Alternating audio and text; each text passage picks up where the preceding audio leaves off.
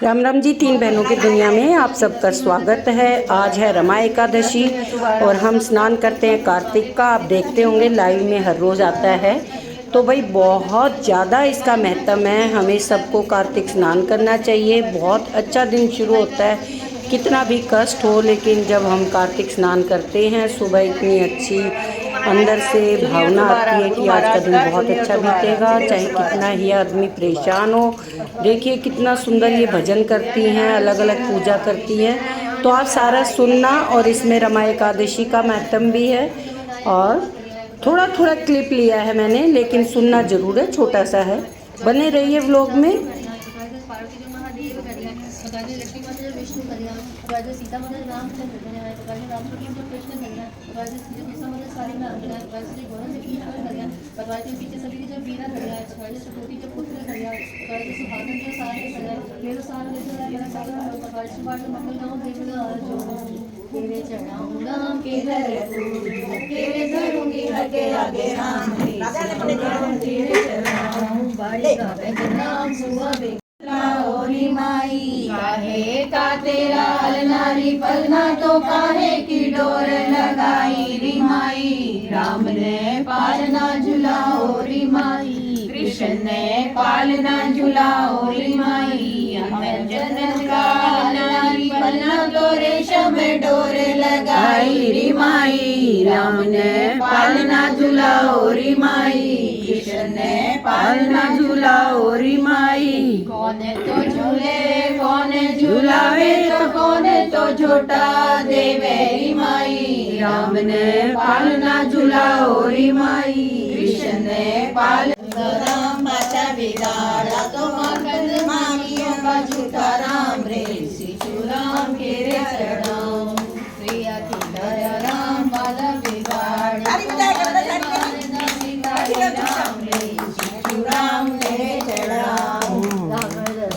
राम बउआ बिगाड़े तो माल के झूठे बिखरे सिचू राम तेरे चढ़ाऊं प्रिया की दया राम बाला बिगाड़े तो हारे हारे दासी धारी राम रे सिचू राम रामा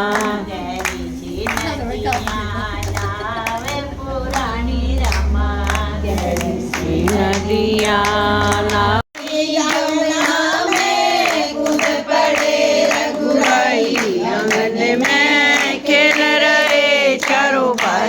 बीरज में खेल रहे चारों भाई, चाचा ना कोई ताऊ ना कोई मका जया भाई।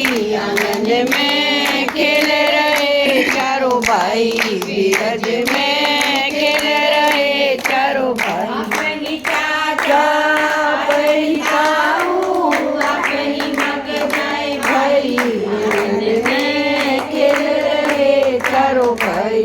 सफला एकादशी, उत्तरदा एकादशी, तक्षरा एकादशी, जया एकादशी, विजय एकादशी, अमल की एकादशी, पाप मोचनी एकादशी, कामदा एकादशी, वरुथनी एकादशी, रोहिणी एकादशी, निर्जला एकादशी, योगिनी एकादशी, देवसेन एकादशी, कामदा एकादशी, उत्तरदा एकादशी, अजया एकादशी, परिवर्तन एकादशी, इंदिरा एकादशी, पांचकुशा एकादशी, रमा एकादशी, देवोत्थान एकादशी, पद्मनी एकादशी और परमा की जय। भगवान कृष्ण बोले, युधिष्ठिर, कार्तिक मास के कृष्ण पक्ष की एकादशी का नाम रमा है। इसके महात्म कथा ऐसे है। एक मुचकुंद नाम का राजा सत्यवादी और विष्णु का भक्त था। उसकी कन्या का नाम चंद्रभागा था। उसका विवाह राजकुमार शोभन के साथ किया। शोभन का शरीर निर्मल था, श्रद्धा उसकी पूर्ण थी, शक्तिशाली थी। लेकिन एक दिन शोभन ससुराल में था और रमा एकादशी आ गई। मुचकुंद राजा ने ढिंढोरा पिटवा दिया कि आज सब प्रजा को उपवास करना होगा। हाथी घोड़े ऊंट इत्यादि पशुओं को भी अन्न मत देना। राजकुमार शोभन मुनादी सुनकर के पत्नी के पास आ गए और कहने लगे कि मैंने उपवास किया तो मैं अवश्य मर जाऊं, कहिए क्या किया जाए। पत्नी बोली, यदि उपवास की शक्ति नहीं है तो यहाँ से किसी दूसरे स्थान पर चले जाइए। शोभन ने उत्तर दिया कि यह बात निश्चित है कि मेरे शरीर में उपवास की शक्ति नहीं है, परंतु श्रद्धा भक्ति मेरे मन में पूर्ण है। वैसे क्या दे रही है कि चाहे शरीर छूट जाए पर व्रत को ना तोड़ूं। अतः उसने रमा एकादशी का व्रत किया, भूखा प्यासा दिन को व्यतीत किया और कष्ट पाकर के रात्रि को भी जागरण कर निकाल दिया। प्रातः होने से प्रथम पहर में उन्होंने प्राण त्याग दिए और व्रत के प्रभाव से उसे चंद्रायल पर्वत पर रतन जड़ित उत्तम नगर प्राप्त हुआ। यहाँ इंद्र के समान आनंद देने वाला गंधर्व और अप्सरा उनकी स्तुति किया करते हैं। एक समय मुचकुंद नगर का रहने वाला एक ब्राह्मण सोम शर्मा नाम का तीर्थ करने को घर से निकला। घूमता घूमता उसी नगर में पहुंचा जहाँ राजा मुचकुंद का दामाद स्वर्ग हो रहा था। उससे जाकर पूछा कि किस प्रकार से यह उत्तम नगर आपको प्राप्त हुआ है और कौन से पुण्य से फल का प्राप्त हुआ है। शोभन ने उत्तर दिया कि सब प्रभाव रमा एकादशी का है। मेरे जन्मों के अनंत पाप नष्ट हो गए हैं और यह अनुपम नगर मुझे प्राप्त हुआ है।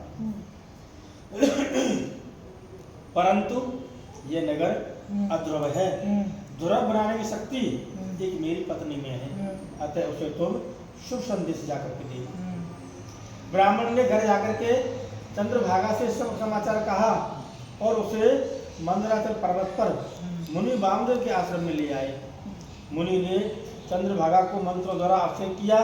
यह दिव्य शरीर धारण करके पति के पास चली गई। पति को कहने लगी कि मैं जन्म से एकादशी का व्रत करती आई हूँ, उसके प्रभाव से तेरा अनुपम नगर लोक ध्रुव हो गया है और उसके समान अचल रहेगा। इस मातृ कथा सुनने से भी विष्णुलोक की प्राप्ति होती है। इस दिन केले का साकार लेना चाहिए। बोलो विष्णु भगवान की जय। तो देखा आपने आज का ब्लॉग बहुत सुंदर था और कथा हो गई है समाप्त। खाना तो चाहिए। बहुत अच्छी कथा होती है भाई, लाइक करना, शेयर करना, सब्सक्राइब करना और मिलते हैं अगले व्लॉग में।